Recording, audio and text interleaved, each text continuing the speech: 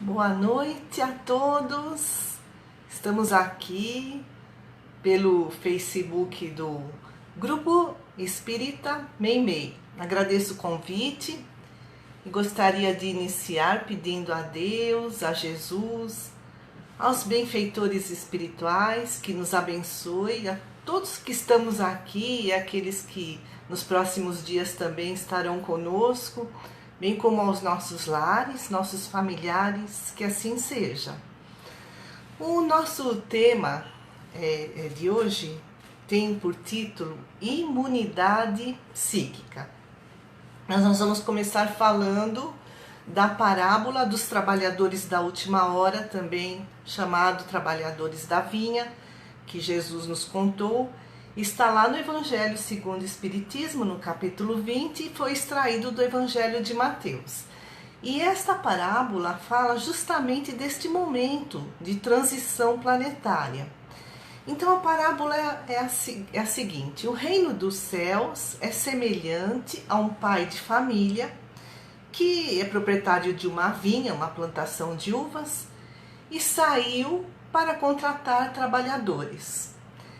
E o dia judaico era dividido em horas a partir do momento em que o sol nascia. Então, às 6 horas da manhã de hoje era a primeira hora do dia judaico. Então, a parábola nos fala que esse senhor da vinha, ele saiu na primeira hora e foi até uma praça contratar trabalhadores para a sua fazenda e combinou que lhes pagaria 1 denário por esse dia de trabalho. 1 denário era a moeda romana daquela época. Depois da terceira hora, que às 9 horas da manhã daqui, ele foi também contratar mais trabalhadores, na sexta hora, na 9ª hora, e na 11ª hora, quer dizer, 5 horas da tarde, faltando 1 hora para o dia encerrar, para o sol se pôr, ele foi novamente na praça e havia algumas pessoas lá ociosas. E aí esse senhor da vinha lhes pergunta: mas por que vocês estão aí parados? E eles respondem: ninguém nos contratou. Então o senhor da vinha lhes diz: venham trabalhar na minha vinha. E terminado o expediente, 1 hora depois, ele fala para o seu mordomo, o administrador da fazenda: pague os trabalhadores, mas primeiro chame aqueles que chegaram por último. E assim, sucessivamente, você vai pagando e por último você chama aqueles que chegaram nas primeiras horas do dia. Quando aqueles que chegaram na 11ª hora e trabalharam 1 hora apenas ganharam 1 denário,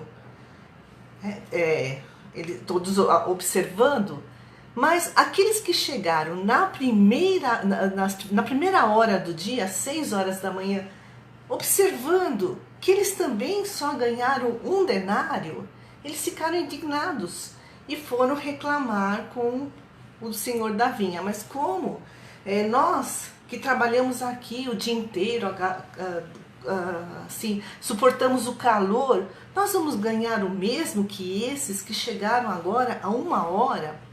E aí o senhor da vinha lhes responde: acaso o seu olho é mau porque eu sou bom? Eu não contratei que eu pagaria 1 denário?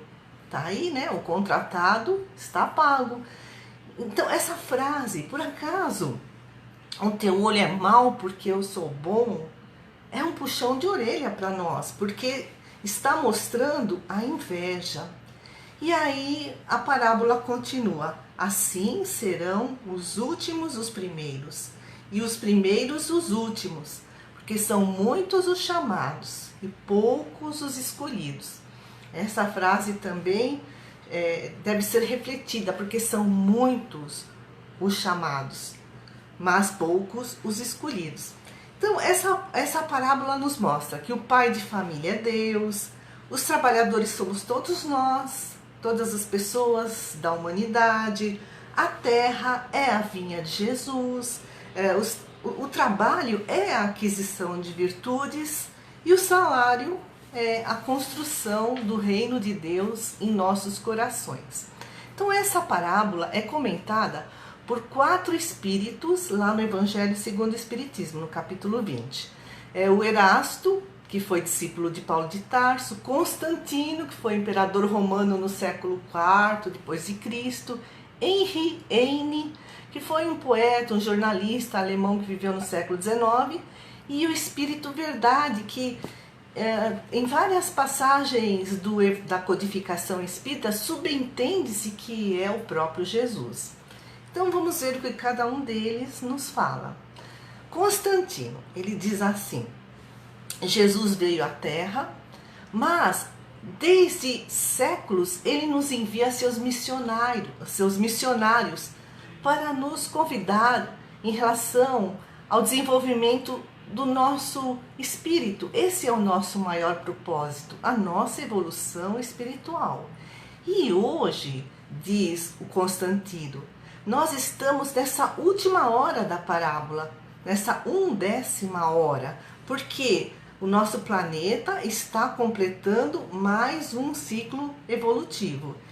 E estamos sendo convidados, então, diz o Constantino, para sermos pessoas melhores. Lá no Evangelho segundo o Espiritismo, no capítulo 17, sede perfeitos, os Espíritos nos dão a receita para atingirmos essa perfeição. Dizem eles: amar os inimigos, orar pelos que nos perseguem e caluniam. Mas orar pelos inimigos não significa somente orar por aqueles inimigos que estão fora de nós, mas também amar aquele inimigo que está dentro de nós, que são as nossas mazelas, nossas fraquezas, nossos vícios, nossos erros, nossas falhas, tudo aquilo que não gostamos em nós e que Carl Gustav Jung, discípulo de Freud, o pai da psicologia analítica, cunhou como sombra. Jung é muito citado pelo espírito Joana de Ângeles, pela mediunidade do Divaldo Pereira Franco. Então, amar o inimigo não significa conformarmos-nos com aquilo, com os nossos erros. Eu sou assim e acabou. Não, significa aceitá-los para poder transformá-los. Jung dizia: nós só conseguimos mudar alguma coisa quando a aceitamos. Porque a condenação não libera, dizia ele. A condenação oprime. Então, se nós ficarmos nessa autocondenação, nessa autopunição, nós iremos estagnar o nosso progresso espiritual. Então, vamos ver o segundo espírito lá do capítulo 20, Henri Heine. Ele traz um olhar histórico dessa parábola. Ele fala que os trabalhadores da primeira hora foram os profetas, Moisés, que trouxe a primeira revelação. Depois vieram, nas horas seguintes, os apóstolos, os mártires, os pais da igreja. E depois vieram os sábios, os filósofos e, por último, os espíritas. Aí o Henri Heine diz que os espíritas, eles aproveitam o trabalho intelectual desses antecessores. E que, através das reencarnações, acabam o que já começaram nessa divulgação da Boa Nova. Diz Henri Heine: mais de um patriarca, mais de um profeta, mais de um discípulo do Cristo e de um divulgador da fé cristã se encontram entre vós. Olha, que bacana, né? Então, esses trabalhadores da última hora, eles não trabalham mais nos fundamentos da obra do Cristo. Quem trabalhou nos fundamentos foi Moisés e depois os apóstolos, mas hoje trabalham na cúpula. Por isso que o salário é proporcional à qualidade do trabalho.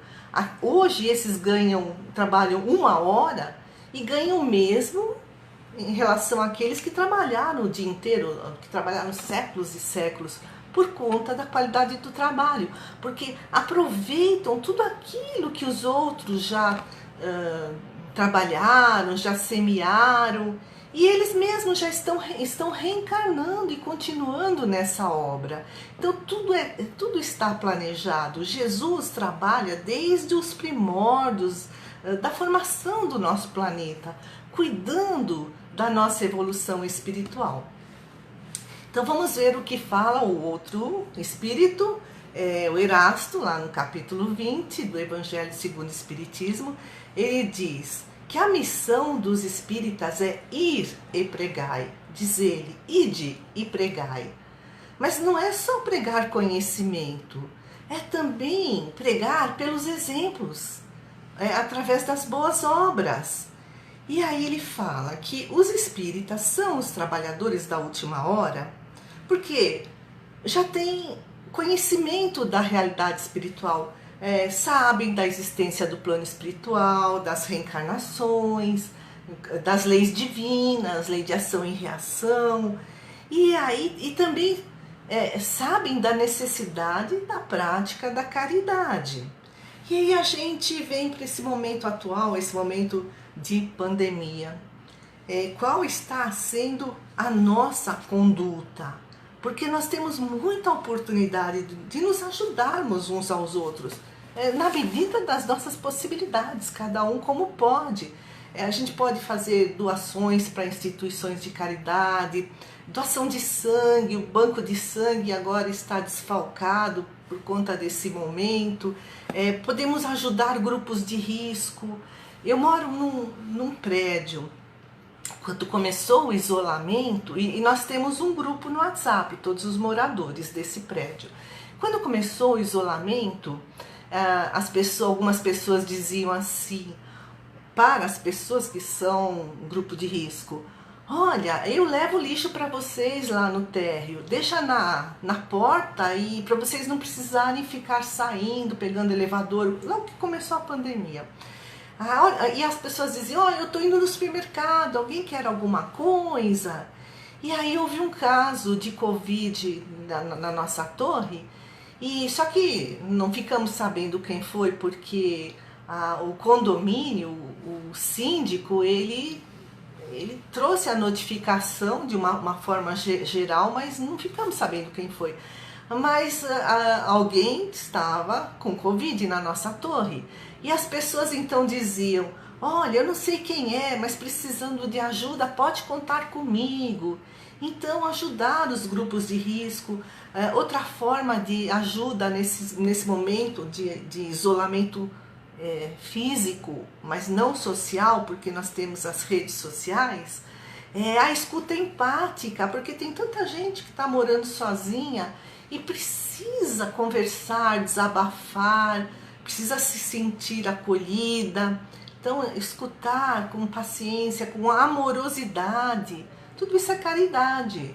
E mais, seguir as normas do Ministério da Saúde, mantendo a higiene, uso da máscara, se possível, para aqueles que podem praticar o isolamento, na rua manter uma distância, na medida do possível, de 1,5 metro entre uma pessoa e outra, para que possamos salvar vidas, tanto as nossas como dos próximos. Isso é responsabilidade. Então esse é um momento de transição planetária. Nós estamos saindo de um mundo de provas e expiações para um mundo de regeneração. Mas também nós podemos nos perguntar: e nós? Como nós estamos fazendo a nossa transição planetária? Então faltou o quarto espírito, lá do Evangelho segundo o Espiritismo, capítulo 20, comentando a parábola dos trabalhadores da última hora. É o Espírito Verdade. Muitos creem que seja Jesus.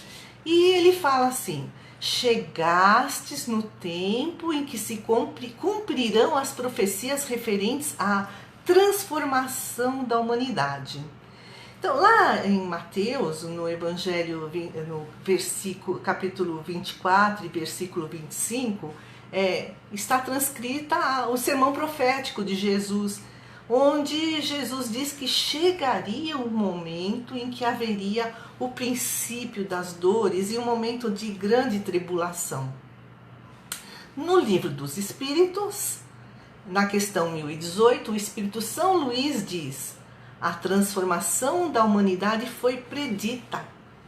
Atingisse esse momento, e ele escreveu isso no século XIX.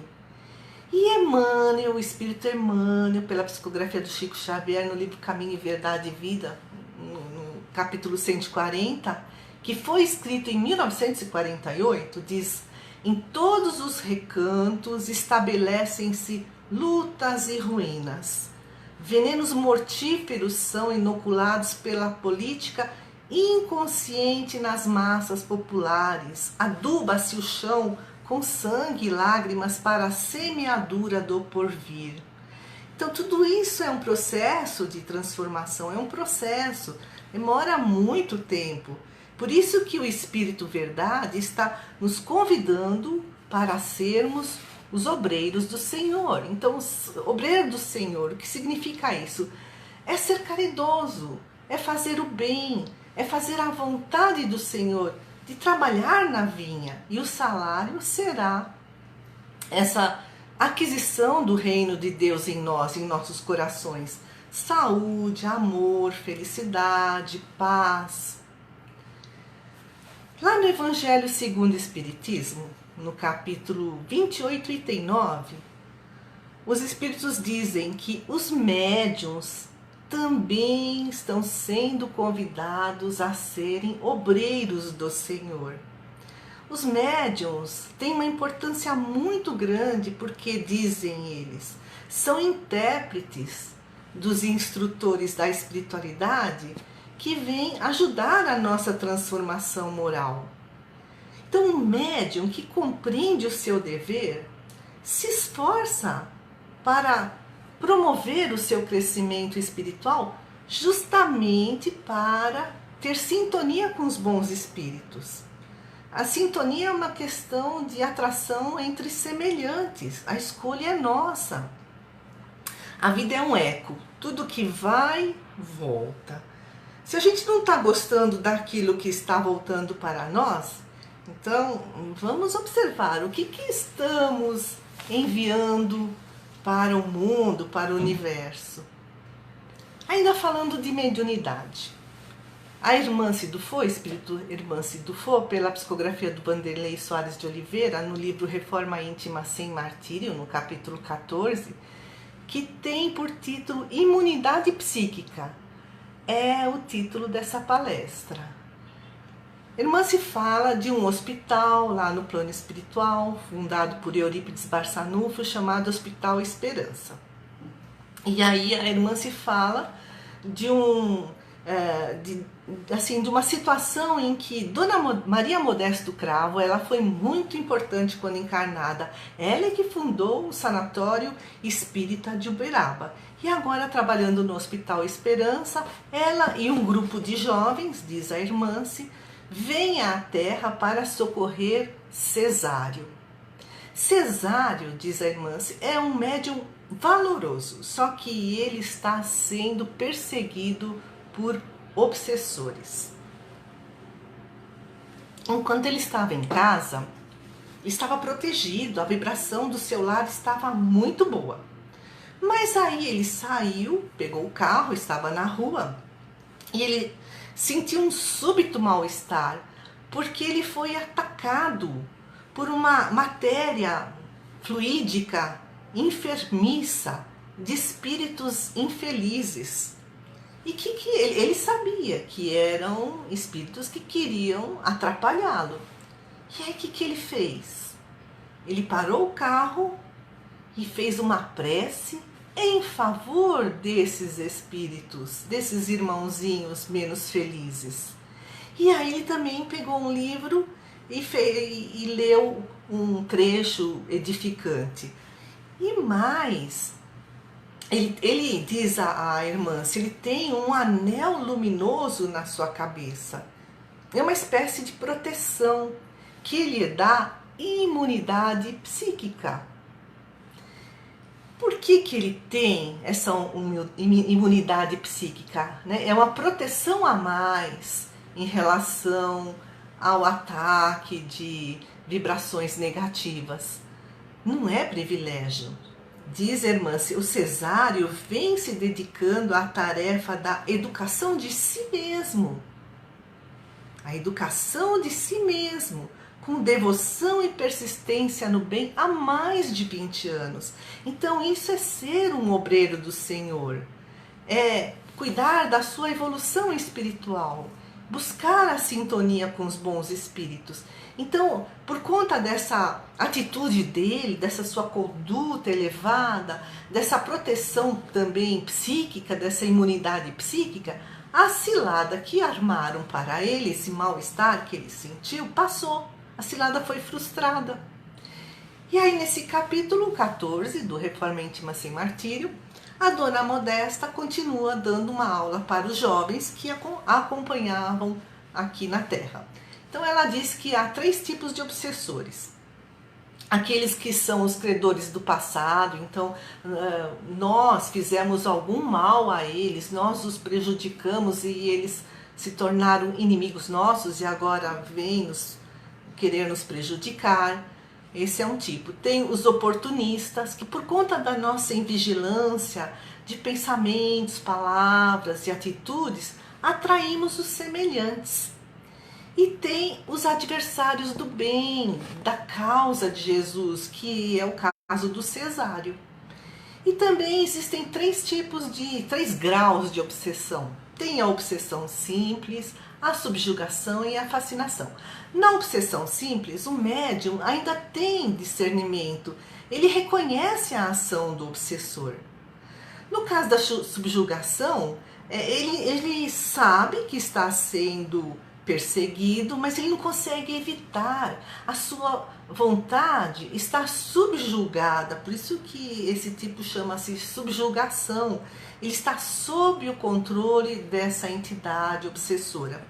E o 3º grau é a fascinação. Então o médium ele já está fascinado, iludido, ele não tem mais discernimento, ele não tem autocrítica, ele fala e faz coisas absurdas. O espírito Viana de Carvalho, pela psicografia do Divaldo Pereira Franco, no livro Médiuns e Mediunidades, ele fala que Adolf Hitler, que na Segunda Guerra Mundial implantou o Holocausto e foi responsável pelo genocídio de 6 milhões de pessoas, judeus, ciganos, homossexuais, testemunhas de Jeová, pessoas com deficiência, opositores políticos. Então o Hitler ele frequentou um grupo ocultista na época da Segunda Guerra, chamado Grupo Thule. Eles estudavam fenômenos mediúnicos lá em Berlim, na Alemanha. E o que diz Viana de Carvalho nesse livro, Médiuns e Mediunidades, psicografia de Divaldo Pereira Franco? Que Hitler ensandeceu-se, quer dizer, ele ficou louco, ensandeceu-se e fascinado, acreditou-se a mão da providência, tornando-se destruidor de milhões de vidas e responsável por males incontáveis que ainda permanecem na Terra. Olha o perigo que é a fascinação. Então, por isso, é tudo uma questão de sintonia. Os semelhantes se atraem. Então, como e onde está a nossa sintonia? Como está a nossa sintonia? Com quem nós nos sintonizamos? Nesses tempos de coronavírus, tem muita coisa acontecendo, tem muitos problemas de saúde, problemas econômicos, problemas de hiperconvivência, todo junto e misturado 24 horas por dia, ou então as pessoas estão sozinhas. Tudo isso gera muita ansiedade, medo, insegurança, estresse, depressão. Quer dizer, nossas emoções estão mexidas. Tem pessoas mais otimistas, tem pessoas menos otimistas. Mesmo nós, Tem dia que a gente está mais otimista, tem dia que a gente está menos otimista. O professor de história, o Leandro Carnal, famoso orador aí da mídia, ele fala que precisamos ouvir os pessimistas, porque são vozes de alerta para que possamos nos proteger, mas também precisamos ouvir os otimistas, porque eles nos dão exemplo de como sair da zona de conforto, de seguir em frente, de agir, não ficar parado no tempo, só na teoria. Até o Leandro Carnal fala assim: tentar adquirir experiência apenas com teoria é como tentar matar a fome apenas lendo o cardápio. Então é o momento agora de repensar como estamos vivendo e como iremos daqui para frente gerenciar a nossa vida. É uma revisão de hábitos, de valores, de crenças. E orar e vigiar. Orar e vigiar os pensamentos, as palavras, os atos, porque a psicosfera, tudo isso vai para a psicosfera. A psicosfera é a somatória dos pensamentos dos encarnados e dos desencarnados. E como está a psicosfera da Terra? Está difícil, com tanta gente sofrendo, perdendo entes queridos, com medo. E aí qual é a nossa contribuição para essa psicosfera? Como está o teor, como está a qualidade dos nossos pensamentos? Nós estamos ajudando a poluir ainda mais essa psicosfera? No livro Qualidade na Prática Mediúnica, é um projeto chamado Manuel Filomeno de Miranda. São vários espíritos que escrevem: Joana de Ângeles, Manuel Filomeno de Miranda, Viana de Carvalho, pela psicografia do Divaldo Pereira Franco. Eles falam em técnica de auto-hipnose. Então, dizem eles, essa técnica da auto-hipnose, baseada nas propostas de Émile Coué, porque é francês, e da escola de Nancy, é a base para as técnicas atuais que fundamentam tantas obras e terapias psicológicas de autoajuda, trazidas ao mundo por inspiração divina nos tempos atuais.